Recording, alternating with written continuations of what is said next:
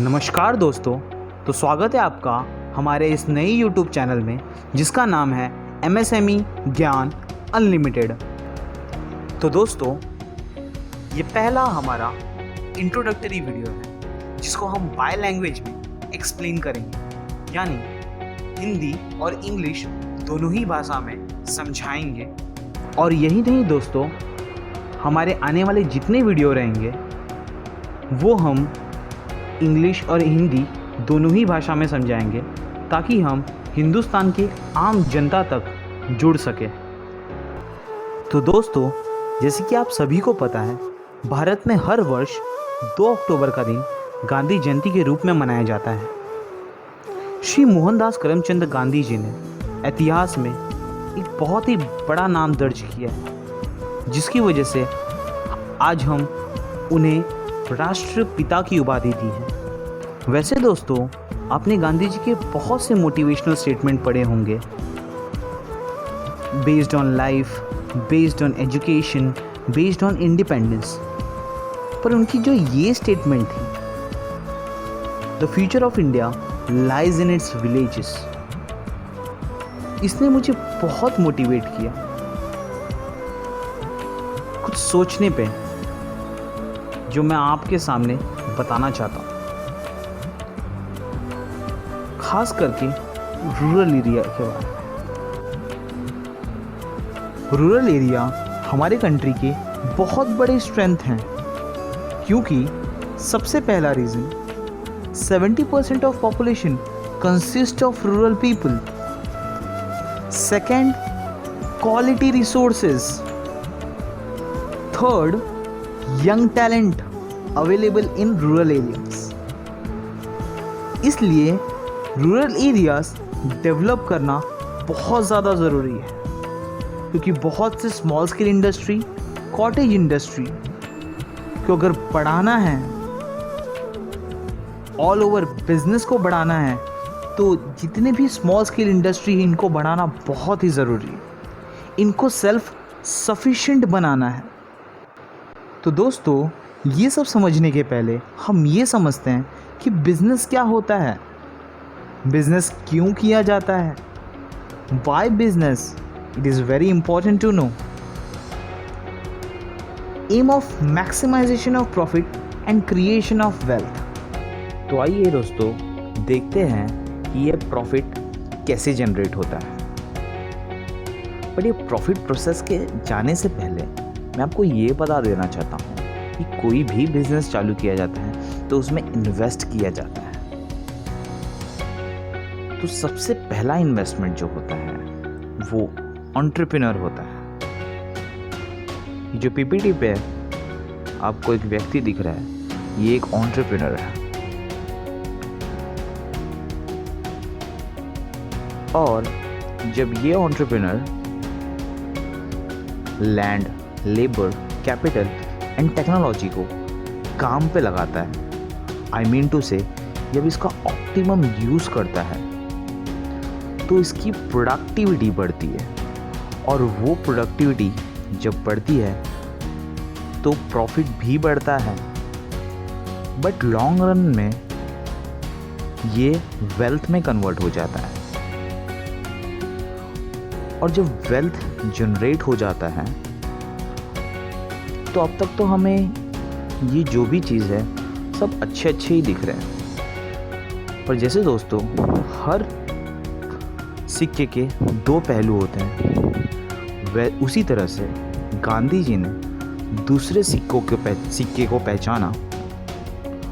और उन्होंने ये ऑब्जर्व किया कि जब ये वेल्थ जनरेट होने लगते हैं तो इससे लालच भी बढ़ती है। और ये लालच कुछ एंटरप्रेन्योर्स में होते हैं, जिसके वजह से वो अनएथिकल बिजनेस प्रैक्टिस में लग जाते हैं और वो कंज्यूमर लेबर का ही नहीं एक्सप्लॉयटेशन करते हैं, वो पूरे समाज का एक्सप्लॉयटेशन करते हैं। और यही नहीं, वे लोग अनएथिकल मार्केटिंग और एडवर्टाइजिंग भी करते हैं। तो इंडस्ट्रियलाइजेशन के इस दूसरे पहलू से गांधी जी बहुत नाराज़ थे। उनका मानना ये था कि लालच बढ़ने की वजह से कुछ एंटरप्रेन्योर्स में अनएथिकल बिजनेस प्रैक्टिसेस की टेंडेंसी आ जाता है, जिसकी वजह से वो लोग कंज्यूमर और लेबर का एक्सप्लॉयटेशन करते हैं, शोषण करते हैं, और यही नहीं अनएथिकल मार्केटिंग और एडवर्टाइजिंग भी करते हैं। और जब ये आर्थिक शक्ति कुछ चुनिंदा लोगों के पास चले जाए, कुछ लार्ज बिजनेसेस के पास चले जाए, तो वे लोग अपने मनी पावर और अपने पॉलिटिकल पावर का गलत यूज़ करके जो भी स्मॉल बिजनेसेस उनसे compete करती रहती है उनको मार्केट से निकाल फेंकती है। और उसके बाद मार्केट में जो मोनोपोली जनरेट होता है वो अनएम्प्लॉयबिलिटी के साथ साथ असमानता को भी बढ़ाती है। तो आइए अब हम ये देखते हैं कि ये स्मॉल बिजनेस क्या होते हैं। Micro, small and medium enterprises classification, और ये सबसे लेटेस्ट क्लासिफिकेशन है। पहले मैन्युफैक्चरिंग और सर्विसेज को अलग अलग क्लासिफाई किया जाता था, पर अब मैन्युफैक्चरिंग और सर्विसेज को क्लब कर दिया गया है, जिसमें माइक्रो एंटरप्राइजेस में इन्वेस्टमेंट यानी निवेश 1 करोड़ या उससे कम की होती है, और टर्नओवर यानी सेल्स 5 करोड़ या उससे कम की होती है। और जब बात करते हैं स्मॉल सेक्टर एंटरप्राइजेस की, तो उसमें इन्वेस्टमेंट 10 करोड़ या उससे कम की होती है और टर्नओवर 50 करोड़ या उससे कम की होती है।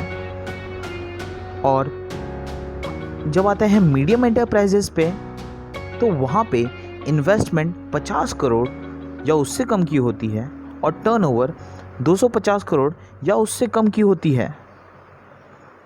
और मीडियम सेक्टर एंटरप्राइजेस के ऊपर जो भी इंडस्ट्रीज आती हैं उनको लार्ज स्केल बिजनेस बोला जाता है। और जब हम लार्ज स्केल बिजनेस और स्मॉल स्केल बिजनेस को कंपेयर करते हैं तो हमें ये मालूम पड़ता है कि लार्ज स्केल बिजनेस में तो लैंड, लेबर, कैपिटल और टेक्नोलॉजी ईजिली मिल जाते हैं। इनफैक्ट एंटरप्रेन्योर भी ईजिली मिल जाते हैं।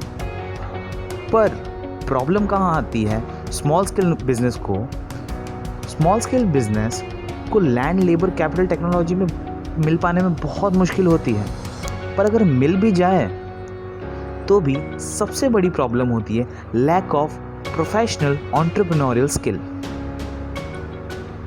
हमारे भारत के जितने भी युवा हैं, जितने भी प्रभावशाली युवा हैं, वे लोग जो बड़े बड़े इंस्टीट्यूट से ग्रेजुएट होते हैं, जो ये ख्वाब देखते हैं कि बड़े बड़े MNCs में काम करें, और वे लोग अगर ये सोचें कि उन्हें स्मॉल स्केल बिजनेस के लिए काम करना है, MSME के लिए काम करना है, तो हमारे लिए इकोनॉमिक ग्रोथ एंड डेवलपमेंट बहुत ही ईजी हो जाएगा, क्योंकि 45% of total manufacturing contributed from MSME, 40% of export, in fact 80 million employment भी MSME से ही जनरेट होती है।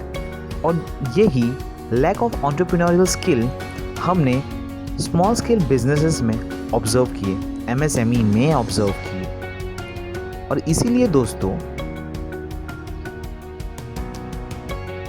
जहाँ कम वहाँ हम, फिर किस बात का है गम, जहाँ ज़्यादा वहाँ जाके समाज का क्या फ़ायदा, यही है कुदरत का कायदा। तो अब आप ही सोचो, इस सब के पीछे क्या है हमारा इरादा? तो आई थिंक सो दोस्तों, आपने सोच ही लिया होगा कि हमारा इरादा क्या है। तो हमारा इरादा ये है, तो हमारा ऑब्जेक्टिव ये है कि to prepare for tomorrow's entrepreneurs, especially in the rural areas, through motivation, guidance and knowledge of efficient functioning of MSME. Motivation कैसे? Through live examples of case study of successful MSME startup as well as the MSME who had failed, and also a thorough guidance and knowledge of how MSME work, and we will also provide an exciting and interesting source of MSME functioning through infotainment rather than entertainment. और हमारा second objective ये है कि to support vocal for local initiative and also contribute towards Atmanirbhar Bharat Abhiyan initiated by our beloved Prime Minister Narendra Modi ji. Vocal for local initiative, what does it mean?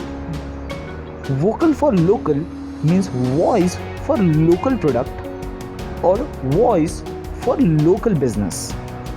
And Atmanirbhar Bharat Abhiyan means to have a self-sufficient, to make a self-sufficient India.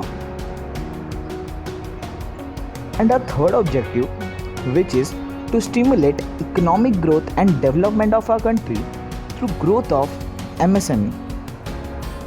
Actually, we wanted to explain you our third objective in detail, so we will explain our third objective in our next video. तो हम आपका धन्यवाद करते हैं दोस्तों। इसी के साथ हम हमारा ये वीडियो एंड करते हैं, और प्लीज़ दोस्तों हमारे चैनल को जितना हो सके उतना शेयर कीजिए, लाइक कीजिए, कमेंट कीजिए और हमारे चैनल को सब्सक्राइब किए बगैर मत जाइए।